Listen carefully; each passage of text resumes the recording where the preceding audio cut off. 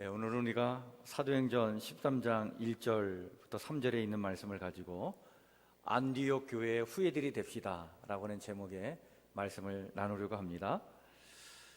2년 전에 세상을 떠난 진보적인 경제학자이면서 서예가였던 신영복 선생이 있습니다. 이분이 통역당 사건으로 20여 년 동안 억울한 누명을 쓰고 옥살이를 하셨는데요, 이 옥에서 풀려난 후에 그 옥중에서 가족들에게 써 보냈던 편지들을 모아가지고 감옥으로부터의 사색이라고 하는 제목의 책을 냈습니다. 그 책에 이런 이야기가 있습니다. 이분이 그 감옥 생활 중에 가장 정말 힘든 때가 언제였냐면 여름이었다 그러고 이렇게 얘기를 합니다. 힘든 옥방 생활을 더욱 힘들게 하는 것이 무더위였다는 것이죠. 그 한여름 그 비좁은 그 감옥 안에서 살 닦기가 얼마나 힘들었겠습니까? 한겨울에는 그냥 추위를 녹이느라 서로 껴안고 끌어안고 그렇게 자면서 인간의 체온을 느끼며 그런 대로 지낼 수 있는데, 이 무더운 여름날의 그 감옥은 정말 인간이 인간을 그냥 밀어낼 수밖에 없는 그러한 생지옥과 같은 것이 바로 한여름의 감옥이었다. 그런데 그렇게도 무더운 어느 여름날에 밤에 잠을 자고 있는데요, 시원한 바람이 불더라는 것이죠. 그래서 도대체 이게 어디서 불어오는 바람인가? 잠을 자다가 깨가지고 어디서 부는 바람일까? 이 신영복 선생이 일어나서 눈을 뜨고 보았다는 거예요. 그런데 다름이 아니라 한 동료 죄수가요, 그 한밤중에 일어나서는 그 다른 죄수들을 위해서 부채질을 하고 있었다는 거예요. 자신은 땀을 뻘뻘 흘리면서 그 동료 죄수들이 그 생지옥과 같은 그 감옥 생활에서 정말 괴로워하면서 밤에 잠을 자고 있는 그 모습을 지켜보다 못해서 본인은 일어나가지고 그 동료 죄수를 위해서 부채를 붙여주고 있었다는 거죠. 그 땀을 뻘뻘 흘리면서 동료 죄수들을 향해 부채질을 하는 그 모습이 얼마나 감동스러웠는지 이 신영복 선생이 그 감옥 안에서 그 순간 천사를 보았다. 감옥 안에도 천사가 있구나. 그것을 깨달았다는 것입니다. 그렇습니다. 여러분들, 세상이 아무리 각박해도요, 우리 주위에는요 이런 천사들이 있습니다. 이들의 배려와 관심과 사랑 때문에 우리가 정말 힘 빠지고 정말 지치고 힘든 그 상황 속에서도 다시 에너지가 업되어 가지고 살아갈 수 있는 것이죠. 인정하는 말로, 그리고 진정성을 갖고 격려하는 말 한마디로 힘들고 지친 영혼이 회복 탄력성을 갖고 정말 힘차게 살아가도록 그렇게 밑거름이 되어주는 그런 사람들이 있습니다. 우리가 산에 가면요, 산에 큰 나무들이 있잖아요, 그죠? 근데 사실 산에 그 크게 자란 나무는 홀로 그렇게 크게 자랄 수 없습니다. 주거 거름이 되어주는 다른 나무들이 있기 때문에 여러분, 그 산의 나무가 그렇게 크게 자라는 건 아니겠습니까? 기꺼이 다른 사람을 위해서 거름이 되어주는, 그 밑거름이 되어주는 이런 천사들이 있기 까닭에 여러분, 세상은 아직 희망이 있는 거예요. 살맛 나는 것 아니겠습니까? 오래전에 그 뉴욕 필하모니 오케스트라의 명지휘자였던 번스타인이 있었는데요. 이분이 한 인터뷰 자리에서 불쑥 기자가 그렇게 물어봤답니다. 오케스트라를 이렇게 연주할 때 그 오케스트라 안에 많은 연주자들이 있는데 그 중에 가장 힘든 연주자, 가장 어려운 악기가 뭡니까? 이렇게 물어봤다는 거죠. 그때 이 번스타인이 그런 대답을 했다고 합니다. 이 오케스트라 단원 중에 가장 힘들고 그리고 연주하기 가장 어려운 악기가 바로 뭐냐면 제2 바이올린입니다. 두 번째 자리에서 조력자의 역할을 감당하는 것, 제1 바이올리니스트 옆에서 제2 바이올리니스트로 그 연주를 조력해주는 그 역할을 감당하는 것, 이게 참 쉬운 일이 아니죠. 다 돋보이고 싶은데 누군가의 그 돋보이는 연주에 밑거름이 되어준다? 쉬운 일이 아닙니다. 그러나 그들이 있어서 연주는 더욱 완성되는 것 아니겠습니까? 이렇게 죽어 거름이 되어주는 나무가 되고 제2 바이올린 연주자로서 다른 사람을 격려하고 돋보이게 해주는 조력자들이 있기 까닭에 우리의 가정과 그리고 우리가 살아가고 있는 이 세상과 사회와 그리고 오늘도 우리 이 교회에 아름다운 하모니가 이루어지게 되는 줄 믿습니다. 여러분 주위에 그런 역할을 하는 사람이 있나요? 이렇게 누군가의 밑거름이 되어주는, 조력자가 되어주는 그 누군가가 계십니까? 누굴까요? 혹시 여러분들이 그런 삶을 살고 있지는 않은지 모르겠습니다. 그렇게 살고 계시다면 여러분 정말 하나님의 은혜와 축복의 통로로 제대로 살고 인생을 살고 계시는 줄 믿으시길 바랍니다. 지속적으로 그 누군가의 조력자가 되어서 정말 에너지가 다운되어 가지고 힘 빠져 살아가는 그 사람들에게 에너지 업 되도록 힘이 되어주는 사람, 이런 사람들은 진정 이 땅의 천사들입니다. 우리는 성경 속에서 그리고 교회 역사를 통해서 이런 사람들이 수없이 많았음을 우리는 보게 되죠. 여러분 모세에게는요 그의 형 아론이 있었습니다.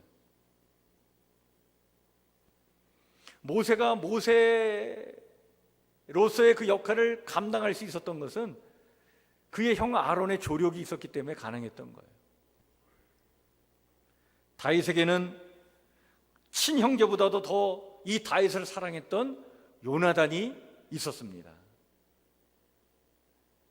여러분 예수님은요 12제자를 부르신 다음에 그 12제자를 세상으로 파송할 때에 하나의 규칙을 세우셨습니다. 12제자를 세상으로 파송시킬 때에 예수님께서 지킨 규칙 중에 하나가 바로 뭐냐면 2인 1조로 둘이 짝이 되어서 하나님 나라 운동을 펼쳐나가도록 그렇게 보내신 거예요. 서로 조력자의 역할을 감당하도록 2인 1조 팀을 만들어 제자들을 세상에 보내셨습니다. 종교개혁자 마틴 루터에게는요 멜랑시톤이라고 하는 조력자가 있었습니다. 루터가 통제하기 힘든 상황에서 그를 진정시키고 그리고 상황을 잘 조율해 나갔던 조력자가 멜랑시톤이라는 사람인데 이 조력자가 없었으면 여러분 마틴 루터의 종교개혁은 성공하지 못했을 거예요. 19세기 구두 수성공에서 세계적인 복음 전도자가 되었던 무디에게는 생키라고 하는 조력자가 있었습니다. 정열적이지만 그러나 세련되지 않았던 무디에게 부드럽고 세련된 이 생키의 도움은요 절대적이었습니다. 이런 훌륭한 복음 전도자 뒤에 훌륭한 조력자들이 있었기 까닭에 19세기와 20세기를 거쳐서 복음이 전 세계적으로 퍼져나가게 되었던 것입니다. 그리고 우리는 오늘 성경에서 그런 사람들을 또한 만나게 됩니다.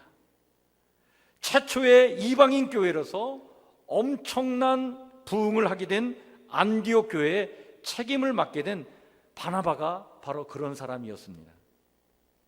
바나바는요, 안디옥 교회의 책임을 맡으면서 자기 혼자 하나님의 일을 감당하지 않았습니다.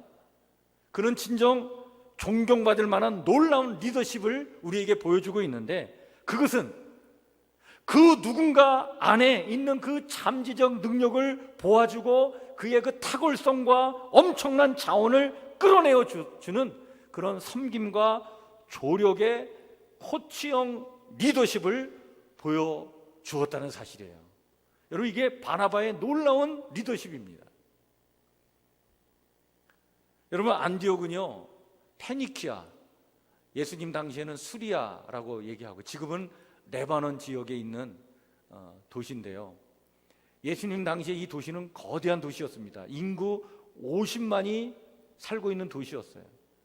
로마 제국이 지배하던 시대에 3대 도시 중에 하나입니다. 로마, 알렉산드리아, 그 다음에 안디옥이었어요.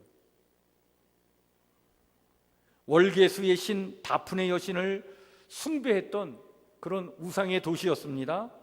전차 경주, 도박과 매춘, 부패한 정치, 그리고 도덕적인 방탕으로 유명한 도시였습니다. 근데 이 도시에 성령의 역사가 뜨겁게 나타나게 된 거예요.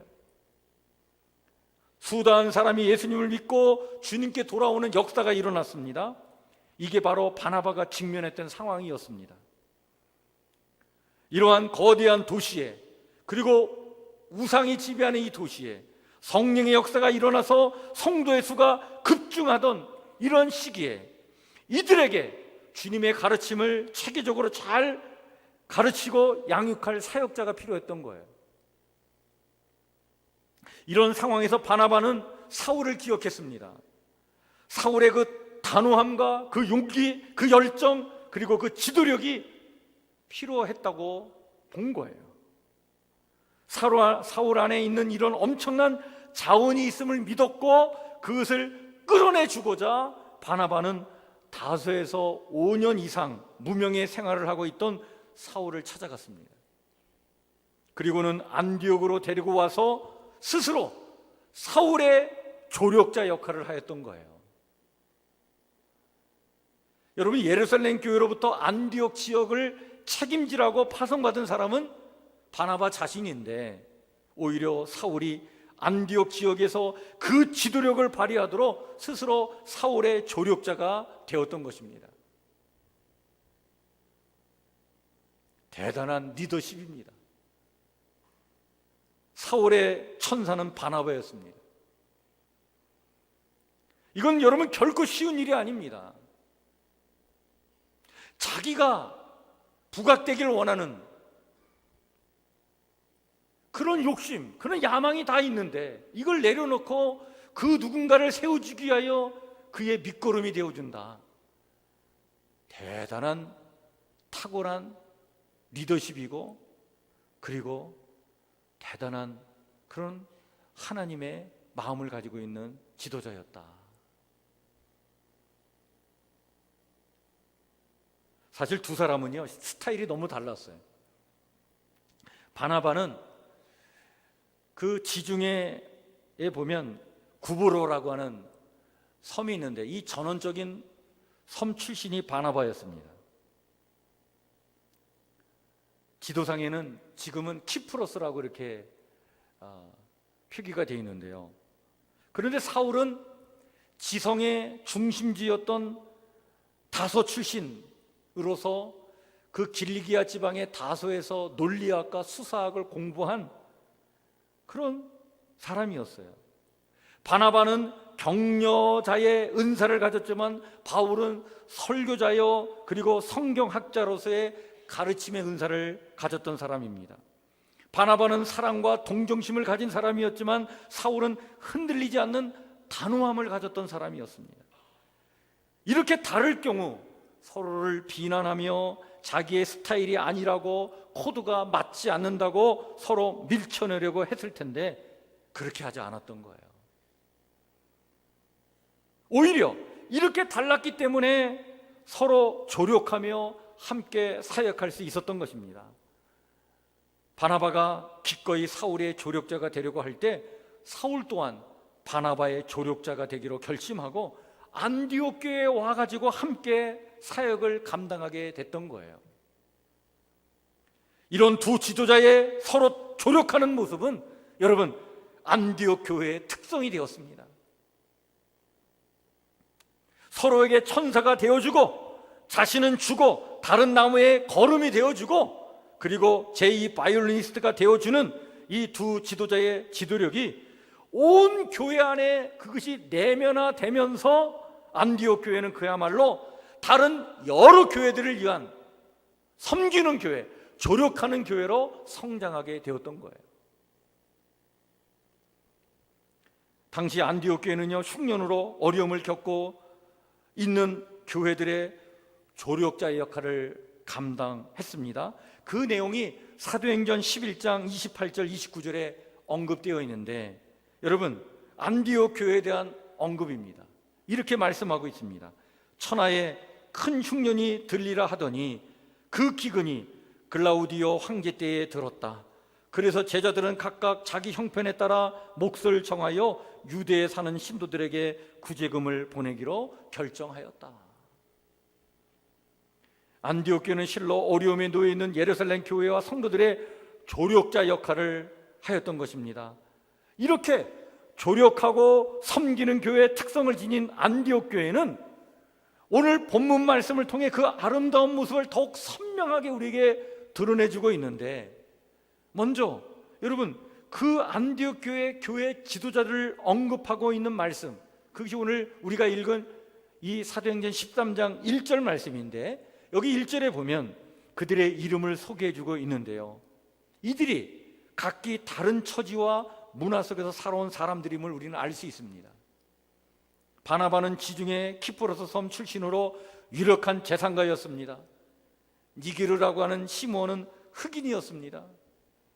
또한 북아프리카, 지금의 리비아의 한 도시인 구레네 출신 사람 누기오는 이방인이었고요. 그리고 사울은 우리가 다 아는 대로 소아시아 다소 출신으로, 이 사람은 바리새파 사람 중에 바리새파, 골수 바리새파 사람 아닙니까? 골수 유대인이에요. 출세를 꿈꾸었던 유대 사회의 차세대 리더였습니다. 그리고 마지막 헤롯의 젖동생 마나에는 여러분 왕족이었습니다.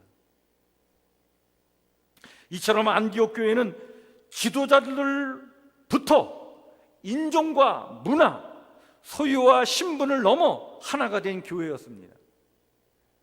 자연히 온 성도 또한 그 모든 장벽을 뛰어넘어 한 가족처럼 서로를 섬기는 교회였던 것이죠. 이는 유대인과 이방인, 왕족과 노예, 부자와 가난한 자, 지성인과 무식자, 노인과 젊은이 할 것 없이 오직 그리스도 안에서 한 형제요 자매임을 인정하는 믿음이 있었기에 가능한 것이었고, 이런 믿음을 갖고 서로에게 조력하라고 애쓴 그 교회 지도자들이 있어서 무엇보다도 가능했던 것이었습니다. 여러분, 안디옥 교회는 참으로 그리스도인이라는 이 이름이 처음 나올 수밖에 없었던 실로 기독교 신앙 공동체의 전형을 보여주었던 아름다운 교회였습니다. 교회는 이처럼 문화와 세대를 극복하고 더불어 섬길 수 있는 교회여야 합니다. 빗장을 잠궈놓고 그냥 우리끼리의 교회는 여러분 하나님이 원하시는 교회의 모습이 아닙니다. 다원화된 문화 속에서 모든 사람들을 향해 열려진 교회여야 합니다. 그리고 각자 안에 숨겨진 그 탁월함과 은사와 자원을 끌어내도록 돕는 조력의 신앙 공동체가 되어야 합니다. 오늘에도 안디옥 교회 후예들이 있죠. 인종, 신분, 학벌, 남녀노소를 따지지 않는 교회입니다. 다양한 문화적 취향을 용납하는 교회입니다. 자신들의 신념과 가치만을 절대화하여 그것을 강요하거나 주입하려 하지 않습니다. 어떤 처지와 형편과 환경 속에서 살아왔던 각자의 내면 속에 잠재되어 있는 그 선한 힘과 그 신앙적인 열망을 끌어내어 그것을 극대화시켜 나가도록 조용히 서로 돕고 섬기며 신앙생활하는 그런 교회들입니다. 닫힌 생각과 눈이 아니라 열린 생각과 눈으로 서로를 받아들이고 용납하는 교회가 오늘의 안디옥 교회들이죠. 우리 성북교회와 이 땅에 있는 모든 교회가 이 안디옥 교회 후예들이 되기를 주의 이름으로 간절히 축원해 드립니다. 그런데요, 여러분, 오늘 성경에 나오는 이 안디옥 교회는 여기서 더 한층 더 깊게 나아갑니다. 너무나 멋있는 교회예요. 여러분, 선교라고 하는 이 시대적 사명을 감당하기 위해서 이 안디옥 교회는 아낌없이 교회의 지도자들을 내어주는 교회였다는 사실입니다. 오늘 2절 3절 말씀 한번 보시길 바랍니다. 주를 섬겨 금식할 때에 성령이 이르시되 내가 불러 시키는 일을 위하여 어떻게 하라고요? 바나바와 사울을 따로 세우라 하시니 이에 금식하며 기도하고 두 사람에게 안수하여 어떻게 했다고요? 보내니라. 이 안디옥 교회가 있는 그 지역뿐만 아니라 소아시아 전체, 아니 더 나아가 마케도니아와 그리고 당시의 아가야 지방까지, 그리고 로마와 그리고 스페인이 있는 그 유럽 대륙까지 복음이 전파되고 그곳에 교회를 세우기 위하여, 그리고 그 교회들을 섬기기 위하여 이 안디옥 교회는 조력하는 교회로 그 모습을 다해주고 있는데, 더 중요한 것은 자기들에게 너무나도 소중한 두 지도자 바나바와 사울까지도 아낌없이 그것을 위해서 내주었다는 사실이에요. 미련 없이 떠날 수 있었던 바나바와 사울도 대단하지만 미련 없이 이런 지도자들을 보낼 수 있었던 이 교회는 더욱 대단한 교회였다. 하나님의 선교를 위해서 교회의 기둥이었던 이 두 사람을 내어드릴 수 있었던 그 섬김의 정신, 그것을 갖고 있었던 교회가 안디옥 교회였습니다. 또한 그들을 뒷받침할 수 있었던 차세대 지도자와 제자들이 이미 자리하고 있었던 건강한 교회였던 것이죠. 바나바와 사울은요, 서로를 섬기며 안디옥 교회를 이렇게 아름답고 건강한 교회로 이끌어 나갔던 것입니다. 안디옥 교회는 오늘 우리가 본받아야 될 교회입니다. 그리고 우리가 꿈꾸어야 할 교회입니다. 지금도 이 땅에는 이런 교회들이 많죠. 언론에 문제가 있는 교회들이 언급되면 그냥 세상 사람들은 교회가 다 부패하고 잘못된 관행을 갖고 있는 그런 집단으로 왜곡시키는 일들이 종종 있는데, 그러나 여전히 묵묵히 그 진리 안에서 정말 건강하고 아름다운 교회를 세워나가기 위해 멋지고 아름다운 모습으로 이 세상의 빛과 소금의 역할을 감당하기 위해 힘쓰는 교회들이 얼마나 많습니까? 저는 지난 월요일부터 수요일까지 저희 교단에서 전략적으로 큰 비전과 뜻을 갖고 실행한 작은 교회 목회를 돕는 목회 코칭 양성 과정의 훈련을 받고 왔습니다. 지금 한국 교회는요, 전반적으로 어려움을 겪고 있습니다. 성도의 수가 줄어들고 있고요, 침체기를 맞이하고 있습니다. 이런 어려운 상황에 작은 교회들은 더욱 큰 어려움을 겪고 있죠. 여러분, 우리 교회가 소속되어 있는 우리 교단의 이 지방의 안에만 해도 한 97개의 교회가 있습니다.